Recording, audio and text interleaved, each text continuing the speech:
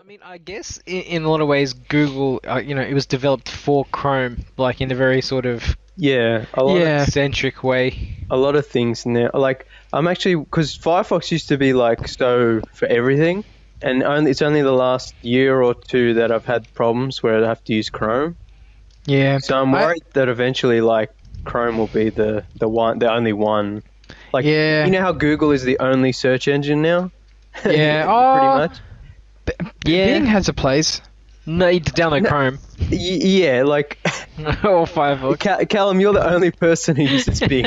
No, I don't use Bing all the time, but I use Bing when I want my results to be not the first page of Google.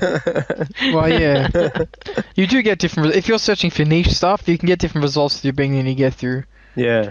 like ROMs and stuff. You can find The different sites. conspiracy theorists use Bing, alright? No, the conspiracy theorists probably use like Ask Jeeves. Is that still up? I'm gonna Google Ask Jeeves. Hey Jeeves, when was Atlantis destroyed? Hey Jeeves, how tall are the Greys really? Oh, now it's Hey, just called everybody Ask. knows what type of grey you're talking about, because that's a leading question. Everybody knows there's two Zeta types of grey, Nathan. Reticuli. That's right, James. There's Yeah, two from types Zeta of greys. Reticuli, yeah. I watched that Bob Lazar documentary that Alan linked. As far as I'm aware, I reckon that documentary is on the money. Yeah, like it's actually he does a really good job. The guy, the YouTube Yeah. guy. His research is like better than professional research, basically. Yeah. Like the lengths he'd go to verify things. Like the fact that he found random footage of George Knapp at some small festival no one cares about. Yeah. That just so happened to be like masterminded by Bob Lazar. Yeah, like no one had ever talked about that festival. Yeah, I've never heard about it. Yeah. And like after watching it, I went through YouTube to watch other like Bob Lazar debunking videos, and they're all shit. Yeah. I'm like, there's a reason that this documentary is so good, is because the guy like put the effort in. Yeah, and it And made me really sad, of course, because Yeah. I thought Bob was like, a really legit guy. Well, I think the way I was coming at it was like, because I want to believe, Yeah, me too. but Don't worry, me too. but I'm also a skeptic. So, but Bob Lazar seemed pretty credible from what I had heard. Yeah. But after this guy debunked it all, and I think one of the things I was thinking is, and one of the things probably still UFO, enthusiasts probably defend Bob Lazar, is because they think if you debunk Bob Lazar, then you're debunking UFOs. Yeah, Not no, the no, case. And I don't, they're like, yeah, and even the guy in the documentary is like, I'm not saying UFOs don't exist. It's like, that's not the point. The point is Bob Lazar's full of shit. yeah, exactly, yeah. The other, Also, the guy totally murdered his wife. There's no way Bob Lazar Oh. didn't murder his wife. yeah, like That's at crazy. first I was like, okay, like he probably did it, and then they're like, oh, he got married while he was still married, and then killed the wife, and then got remarried with her under a different name. I'm like, oh yeah, no, he definitely did it. Yeah, and it was like for tax purposes. Yeah. Like he went, didn't he, like go bankrupt or something, and then he remarried under Yeah. a different name or something. So that she wasn't connected to the bankruptcy. Yeah, crazy stuff. And I was like, oh yeah, he had the brothel business. I was like, that I know. I mean, like I was kind of on the fence, and it's like, nah, he's fucking full of shit. Yeah, Yeah, very yeah. disappointing. Yeah. But other thing I was gonna say was that because he had a few small things that did end up being sort of true. Yeah.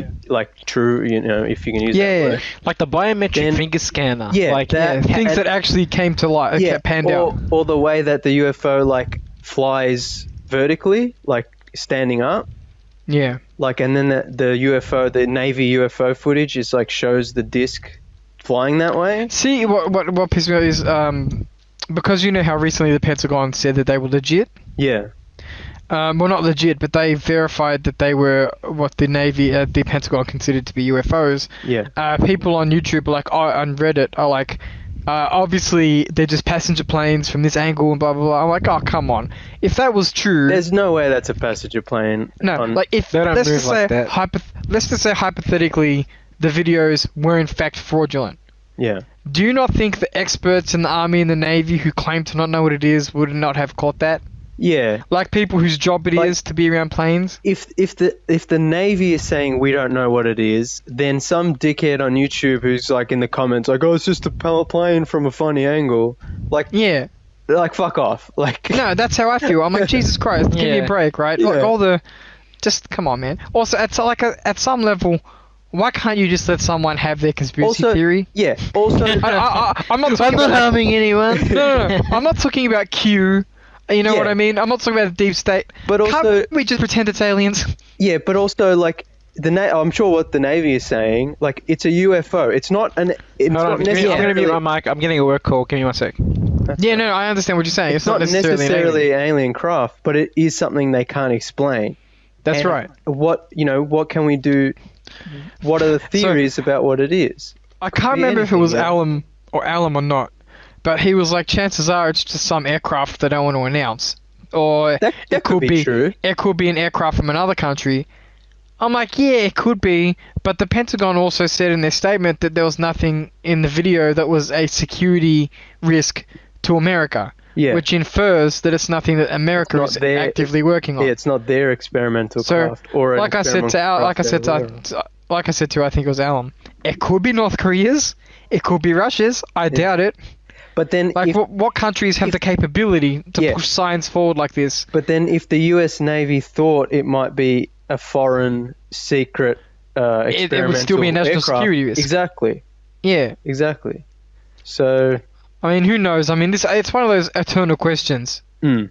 Like, But, legit. yeah. Like, unless they come out and, like, there's, like, a full-on disclosure, I'm back. no one will ever know for sure. Mm.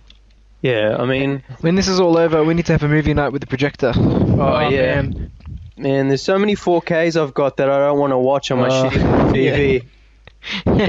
Man, like, we're telling you about Apocalypse Now Final Cut. Like, Yeah. oh my god, it's possibly the best looking 4K I've ever I bought. seen. I imported that from Yeah. the US before it even came out in Australia. Yeah, But I'm like, I don't want like- to watch it on my TV. It's too small.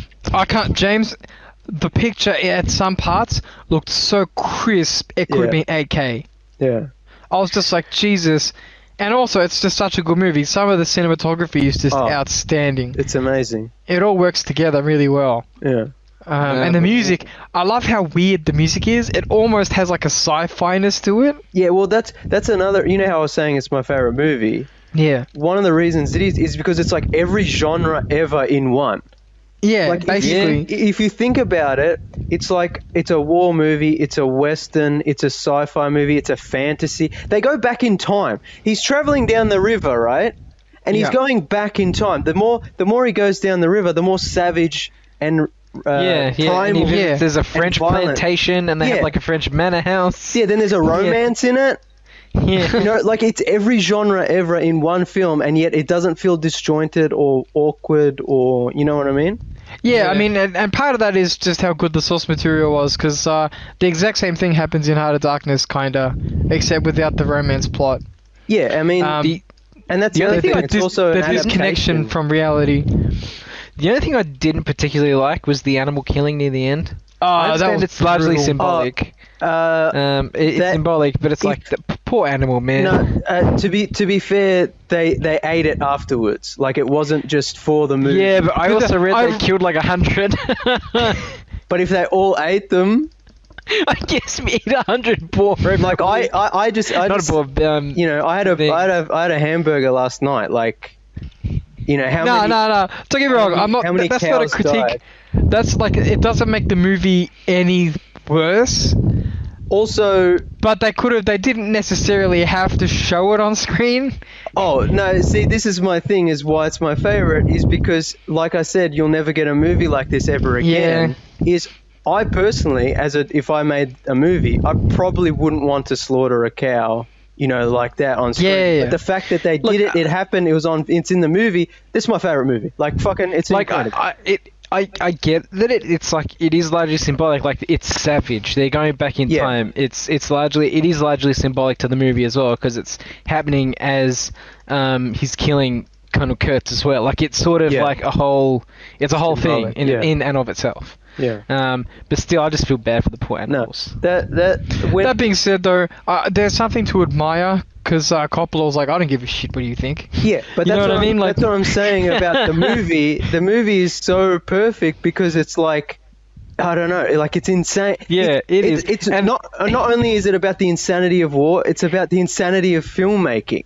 Yeah. Like and to think, he killed that cow just to make a film, and it's like Yeah. it's part of the craziness of the movie, which is in fact a movie about the craziness of war, which is in fact Yeah. a movie about the craziness of human nature. and to think that George Lucas almost directed it. Yeah, and he wanted to do it like black and white, 16mm. That would have been a much different movie. But see, that was back. Yeah, like- I think that was before Star Wars, so that probably would have been a good movie. Still. I'm happy with how things panned out, though. Yeah. Like, I'm happy we got Star Wars, and Coppola made Apocalypse Now. Yeah, no, it worked out in the end, I guess. And do you think Coppola would have done a good job with Star Wars? Like, if Oh Coppola yeah, was- dude. Oh fuck. Have you guys seen Captain EO? The Michael Jackson. I'll send you the link when we're finished. It's like a 20-minute short film they used for like a theme park ride, where Michael Jackson is like a spaceship captain. Oh wait, I might have actually Yeah. been on the ride. Yeah, it's fucking incredible. Like it's like all the special effects were done by like ILM, and Francis Coppola directed it. It's fucking dope as shit. Like I want it on Blu-ray. Oh man! Speaking of the Coppolas, how excited are we for Nicolas Cage as Joe Exotic? Oh man, that's like, it's so perfect that it's not gonna happen. Oh, James, did you end up watching Color Out of Space? Yeah, I did. What do you reckon? I liked it. It wasn't great. I would like to see, because Richard Stanley, the director, I like him. So I would like to, because he said he's going to do more. Nathan, how close is the mic to your mouth? Reasonably, should I move it a little bit? Yeah, move it back like to an inch or two, because I can hear you breathing. That's just because I'm fat. Well, Yeah, I'm sorry. What was I we were saying? talking about Color Out of Space, Richard Stanley. yeah, I like Richard Stanley, director, and he said that he's planning like 2 more H.P. Lovecraft adaptations, That's good. and the next one I think is Dunwich Horror. I know that So like, even though I wasn't super happy with Color Out of Space, I would be happy to see more from him. yeah, I mean, I think we've talked about it on the show before how there's not enough H.P. Lovecraft just around. And he kind of fell out of vogue because a lot of his actual work hasn't aged well. Yeah. Like, I won't beat around the bush. The man was a racist. Oh So, yeah. like, a lot of people don't like to support his works. But, I because, mean- like I said, that I'm it didn't not- age well. I'm but not. Yeah. he was such great ideas, man. Exactly. Like, the stories he put down were stories that were never told before. Yeah. He basically invented an entire genre. There's a reason he's so influential, Yeah, exactly. but also I think there's also a reason he hasn't been adapted, and I think that's only because of the way he writes. It's hard it's to kinda- adapt. It's hard to describe Yeah. in indescribable madness. Exactly. Did you also? did you see the trailer for Lovecraft Country? I didn't. I saved it in my watch later, and I haven't had time to watch it. But I'm going to reckon watch it's it gonna- anyway. Yeah, I'm Look- gonna looks watch it as good. well. I haven't seen it. Yeah. As soon as they announce it, I'm like, I'm down. I'm sorry, James. What were you saying? What was I saying? Oh yeah. Dunwich Horror. Yeah. The reason he hasn't been adapted. Yeah. Not only is it too hard to adapt the indescribable things that he, describes, or Yep. But also, if you were to do it, it would cost hundreds of millions of dollars, which and it would probably have to use so much CGI that it would look like shit. Yeah. It's one of the reasons at the Mountains of Madness, Guillermo del Toro's At the Mountains of Madness never got made, because he was like, it had to be like $300 million R-rated movie, and no one was willing to give him money. Yeah. But that would have been perfect. Yeah, I would have liked that. I mean, fingers crossed it happens one day, but I don't know, probably not likely. So, Cronenberg's son, Mm-hmm. he was making a movie, right? He already made one, and I never got around to watching it, although I heard it was good, and now he's making a new one. Or he's got a new one coming out soon. Yeah. I wonder if he takes after his old man. Because it'd be very interesting to have a young, fresh, kind of thriller, horror, weird, sci-fi kind of director. As far as I know, he made a movie very called much Antiviral. Antiviral, that's right. That's the one. Please speak continuously and describe your experiences as they come to you. And he's got Possessor. Yeah, Antiviral is the one I keep meaning to watch. Possessor is the new one that's coming out that I want to see. I like this. I'm on the Wikipedia page, and it's a body horror film. Yeah, can confirm is Cronenberg. That's what I was going to say. From what I understand, he's the apple doesn't fall far. Far from the misformed tree. Yeah, the malformed tree. The flesh apples don't fall far from the bone tree. Yeah.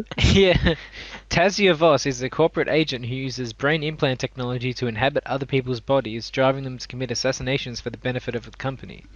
While she has a special gift for her work, her experiences on the jobs have caused a dramatic change in her life, and in her own life she struggles to suppress violent memories and urges. As her mental strain intensifies, she begins to lose control, and soon she finds herself trapped in the mind of a man whose identity threatens to obliterate her own. I'm down. Sounds good to me. Yeah, I'm fucking down. So that might be one to watch. I think that a Cronenberg might do a good job with H.P. Lovecraft, that kind of material. Yeah, definitely. Because I think that you could do a lot with body horror in the Lovecraft sphere. One of the things Lovecraft is 80% body horror. Yeah, one of the things I liked about Color Out of Space was the body horror, but I think they pushed it in a very 80s kind of not slasher, but very that kind of direction. Yeah. Which I liked it, but it didn't necessarily mesh super well with the overall Lovecraftiness. Yeah, it was right. Did you end up watching, while we're on the subject of movies we should have caught up on by now, Reboot? Jan Silent Bob Reboot? No. I keep meaning to watch it, and I was like, oh, we'll watch it for the show one day, and then I forgot about it, and... Now, me and Nathan have both seen it. Okay. I'll give it a quick spoiler-free review. I liked it. Yeah. I think that the script has a lot of stuff just thrown in, not necessarily for any particular reason. It's just a mishmash of all different kinds of stuff. There's a lot of Kevin Smith's friends in there where they don't necessarily need to be there. Yeah. Some of it's funny, some of it's not funny. Like I said, there seems to be a lot of forced elements in there that they just put jokes over, as if Kevin Smith owed one to a few people, so they appear in his film, I think whatever. We talked about this a while ago, where he wanted, because of his heart attack, he wanted to make a film that encompassed everything, his entire career and all his friends and people who supported him. And I get that. Yeah. So I think it's a largely unfocused movie. Yeah, exactly. But what I will say though is, it has a lot of heart. It in some ways it's more sentimental than say Clerks 2, which was a very sentimental movie in its own way. But I think that some of the story plots do end up wrapping up very well. Certain character arcs are very satisfyingly resolved. Yeah. The end is satisfying. I think it's very much a movie as an after effect of his heart attack. He's getting the whole gang together, and that as such it feels a bit unfocused. I'm more looking forward to Clerks 3 and Twilight of the Mallrats. Yeah.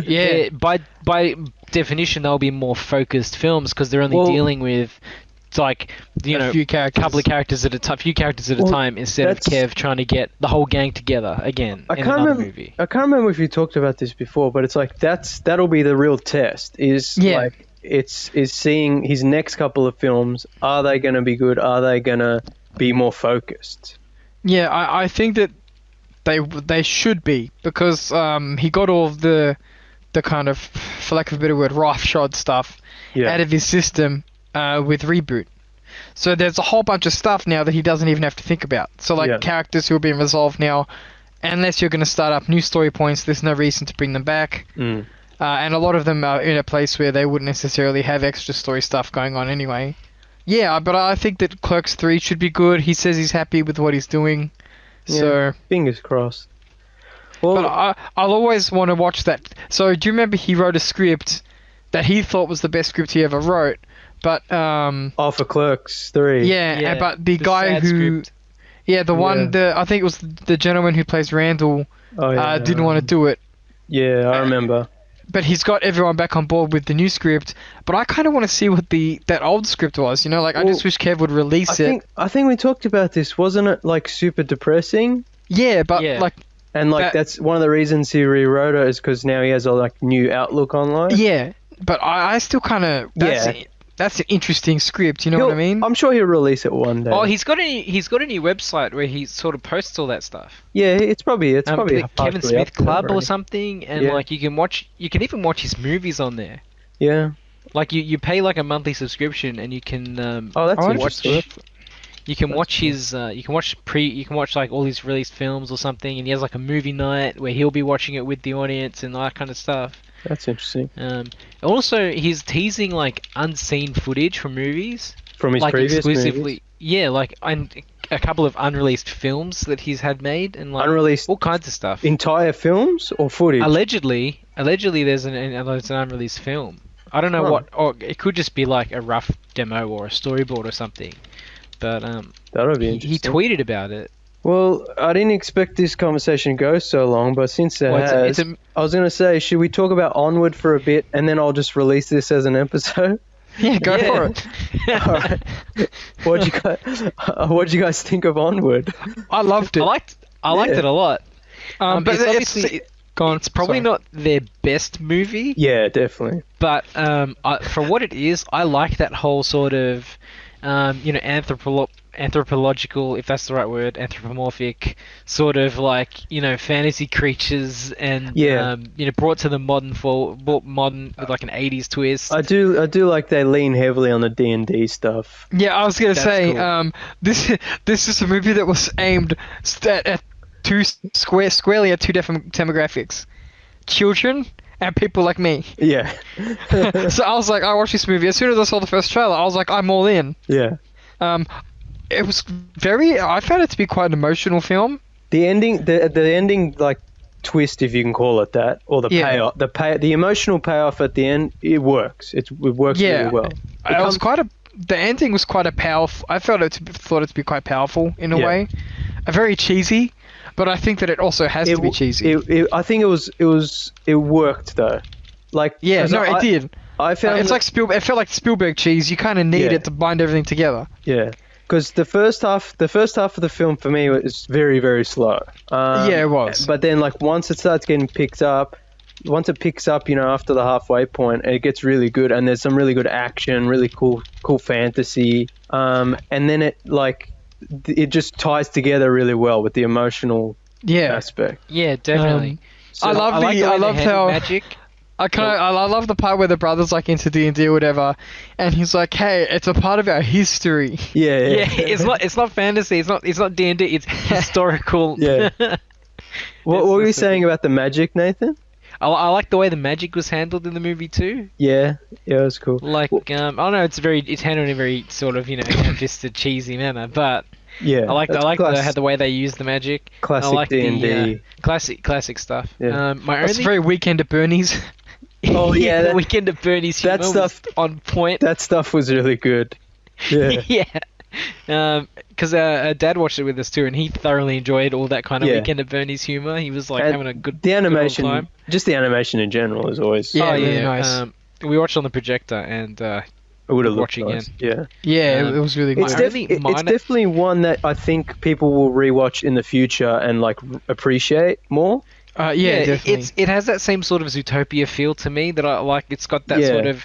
It's got things that's like brought into the modern day sort of the thing. World design. The world feels kind. Really nice. It felt lived in, if that makes sense. Like, although the first scene where they're like full in the fantasy Lord of the Rings world, I was just kind of like, I wish Pixar would just make a movie like that. Yeah, I'd be. You know what I mean? Can you like an actual Dungeons and Dragons movie? Can you? Like the whole, they got a foot in the door. Make a prequel. Make a prequel, yeah. Nah, that would kind of negate this movie. But like I enjoyed the whole like, oh, it's the modern world, but what if magic, used to exist, and then there are elves and stuff now in modern times. I'm like, yeah, that's fun. But it's like just the opening scene. I was like, I wish Pixar would just make a full-on fantasy movie. Wouldn't that be sick if they were? Because you remember they had the Dungeons and Dragons cartoon, and then there was the not as bad as everyone makes them out to be Dungeons and Dragons movies. But I'm like, wouldn't it be sick if they made, because D&D and Wizards of the Coast have never been as big as they are now. So I think it'd be really cool if they actually made like a proper Pixar Dungeons and Dragons fantasy adventure. Yeah. Also, I can't remember. I'm sure we've talked about this one time, but like other than Lord of the Rings, because the Hobbit movies weren't very good, and Game of Thrones was a TV show, but then it ended up not being so good at the end. But like, there are no really good big fantasy movies, like high Lord fantasy. of the Rings coming to you soon. Yeah, except for the new show. There was Deathstalker. No, I'm talking about in the last 20 years. Oh, okay, yeah. Mainstream, big budget, lots of great special effects. High fantasy. Yeah. Only Lord of the Rings. I'm sure I'm missing something. Yeah. In terms of movies, right. Yeah. And even TV shows, not a lot. No, you're largely right, I think. Because it's very expensive to pull off well. Yeah. My only slight complaint with Onward was I feel like, I'm not sure if I'm alone in this opinion, I feel like Chris Pratt's performance, he was trying a little bit too hard to be Jack Black-like. I liked Chris Pratt and Tom Holland. I think they both did a good job, but I think neither of them were perfect. Yeah. Chris Pratt especially, you could have got someone else. I was watching the movie and I'm just thinking, just bring in Jack Black, man. It's obviously based on him. Yeah. Yeah, that would have worked. But otherwise, I liked it a lot. Yeah, no, it's fun. I think people will appreciate it later on. I think fantasy definitely belongs to the 80s in terms of movies and just that type of stuff. Because I'm looking through. There's not a lot. The Harry Potters, I guess. Yeah, but we're talking more sword and sorcery. Yeah, there's sorcery, but also hot take. They kind of got worse as they went along. I know a lot of people like the later ones, but I like. They definitely changed. Yeah. Yeah, I can see where you're coming from, and I won't disagree. Yeah. Yeah, and they stopped making dragon movies as well. Yeah, like that's what I'm talking about. Like Lord of the Rings style high fantasy, like with swords and dragons and Merlin wizards and shit. We might actually. It depends if Dungeons and Dragons can keep its staying power. It might come back. Well, I mean, now with the COVID, thing, and everyone's staying indoors, like it's becoming even more popular. Yeah, all tabletop games are. It might come back, like fantasy might come back because more people are playing D&D. And like you look at the 80s, fantasy was big in the 80s. D&D wasn't so big in the 80s because back then it was still very much a nerdy thing. It wasn't like popular. Yeah, it was still new. It was still pervasive in pop culture in a sense that it did bleed into other things like cartoons. People knew it existed. Yeah, and like and then there was of course the cartoons were fantasy there was the satanic panic. Yeah, people got all handies in a bunch about it. But I mean, He-Man's making a comeback, so I'm the guidance of Kev. Thanks to Kev. I think they are making a D&D show as well. You can watch. I'm pretty sure you can watch the old cartoons on YouTube. I've never seen them. I might actually have give it a look. Yeah, no, but they weren't aimed at children though. But I think someone is actually making a new show because Game of Thrones is so successful and stuff. Yeah, I'm pretty sure there's someone has the rights. Whoever has the rights to D&D is making a new show.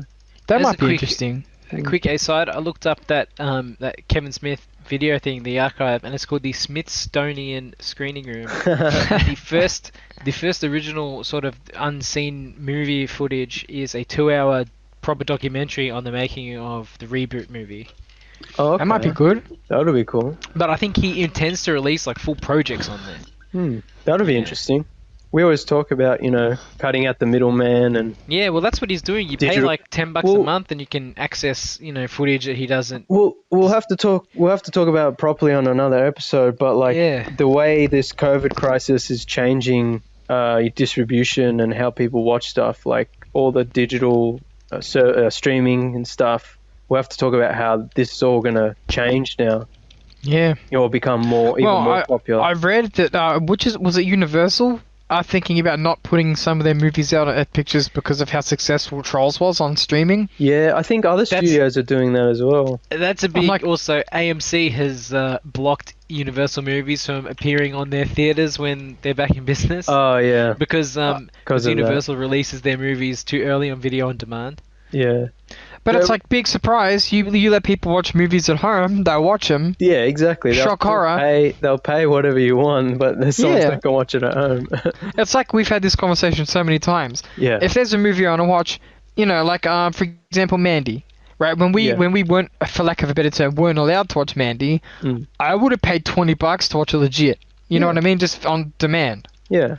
Like, yeah, it's more expensive in some cases than a ticket price. I still would have paid it.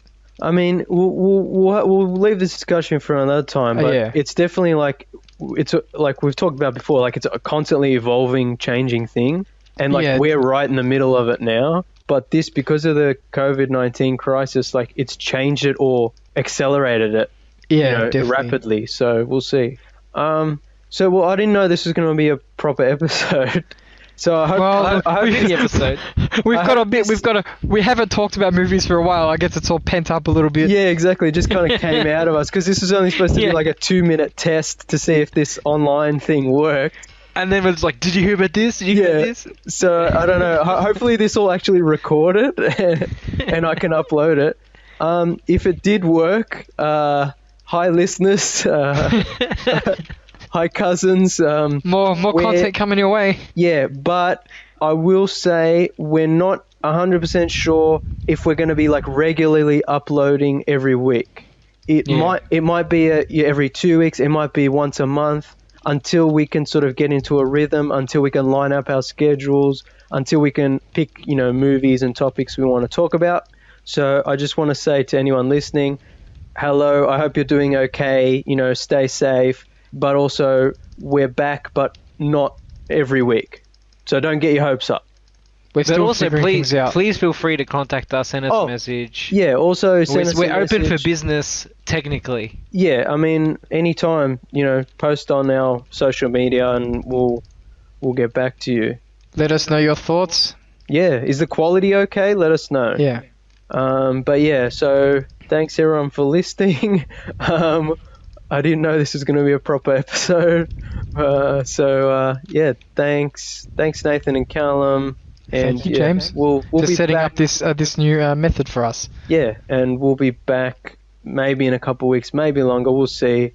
What do we say? What do we say at the end? I forgot. Adios, cousins. It's been so long. Adios, cousins.